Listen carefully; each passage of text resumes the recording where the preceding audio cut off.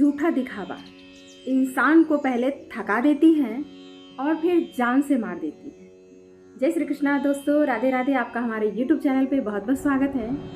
आज मैं आपके लिए एक ऐसी स्टोरी लेकर आई हूँ जिसमें अधिकतर लोग सिर्फ और सिर्फ दिखावे में ज़िंदगी जीते हैं और ना ही वो सही लाइफ जी पाते हैं और ना ही सामने वाले को जीने देते हैं। इसी पे आधारित एक सच्ची घटना पे आधारित यह कहानी है, तो प्लीज़ वीडियो को एंड तक देखिएगा और चैनल को अभी तक आपने सब्सक्राइब नहीं किया है तो चैनल को प्लीज़ सब्सक्राइब कर लीजिएगा। वीडियो पसंद आए तो अपने दोस्तों के साथ भी ज़रूर शेयर कीजिएगा, क्योंकि यह झूठा दंभ इंसान को जीने नहीं देती है। एक छोटी सी कहानी के माध्यम से समझने की कोशिश करते हैं। एक जंगल में बंदरों का झुंड रहता था। अब जंगल है तो पशु पक्षी तो रहेंगे ही, तो उस जंगल में बंदरों का बहुत बड़ा झुंड था। उसी जंगल में एक पिता पुत्री रिसर्च करने के लिए उस जंगल में जाते हैं। पहुंचते ही पिता क्या करता है, तंबू लगा देता है रहने के लिए और चल देता है पेड़ पौधों की खोज में। अनेकों तरह की पेड़ पौधे खोजने के लिए चल देता है, जिससे कि वह रिसर्च कर सके जो उनका थीम था। पुत्री को वह जगह बहुत पसंद आ जाती है, क्योंकि नेचर हर किसी को पसंद आ जाता है और नेचुरल चीज़ें देख करके उसकी पुत्री कहती है कि मैं अभी कुछ देर यहीं ठहरूंगी, और वो तंबू के अंदर ही रह जाती है। पिता चला जाता है खोज करने के लिए। पुत्री क्या करती है, इतनी देर में एक कालीन निकालती है और तंबू के नीचे बिछा देती है। ऊपर से एक चादर बिछाती है, लालटेन को तंबू के ठीक बीचों बीच लटका देती है और वहाँ पे एक छोटा सा मेज रखती है। उस पे सफ़ेद सेब से भरे हुए एक टोकरी रखती है। लालटेन की रोशनी में वह सेब बिल्कुल देखने में लग रहा था जैसे नेचुरल हो। बहुत बड़े बड़े दिख रहे थे और ऐसा लग रहा था जैसे ओरिजिनल सेब हो। बंदर का झुंड पेड़ पर बैठे बैठे उस चीज़ को देख रहा था। अब बंदर तो बंदर ही ठहरे, इंसान के अंदर जब इतनी लालच है तो वो तो पशु है। उसी टाइम क्या होता है कि वह लड़की तंबू से बाहर जा कर के ज़मीन खोदने लगती है पौधे लगाने के लिए। वहाँ पे तंबू के आसपास सफाई करने लगती है ताकि यहाँ पे और रह सके और यहाँ की सुंदरता को देख सके। इसी बीच बंदरों का झुंड उस सेब पे झपट्टा मारता है और एक बंदर सेब वहाँ से उठा लेता है। तभी उस लड़की की भी नज़र पड़ती है कि मेरे तंबू के अंदर बंदरों का झुंड आ गया है।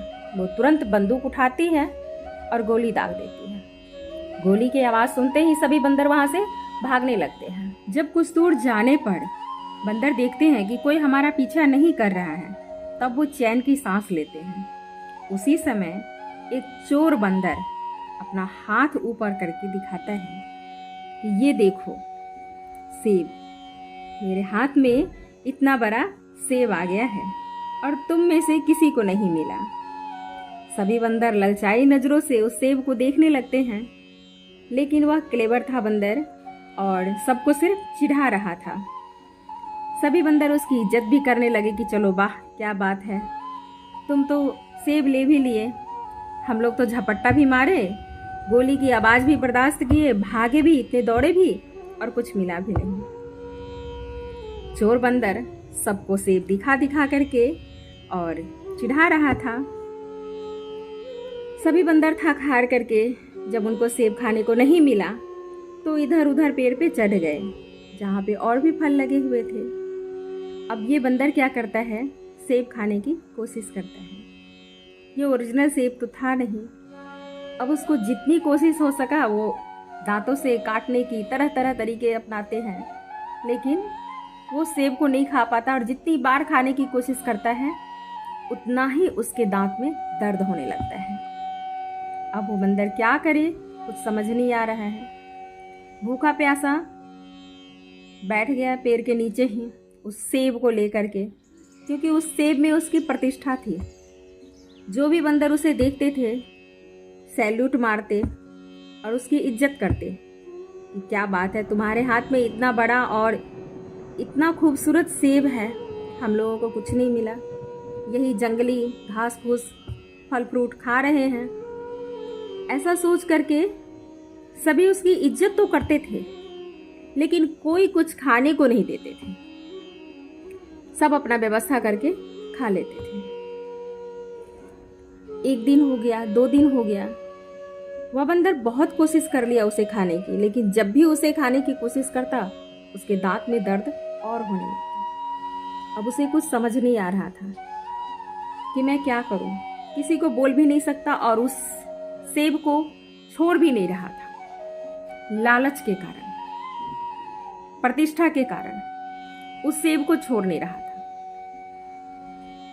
2-3 दिन बीतने के बाद उस बंदर की हालत बहुत खराब हो गई।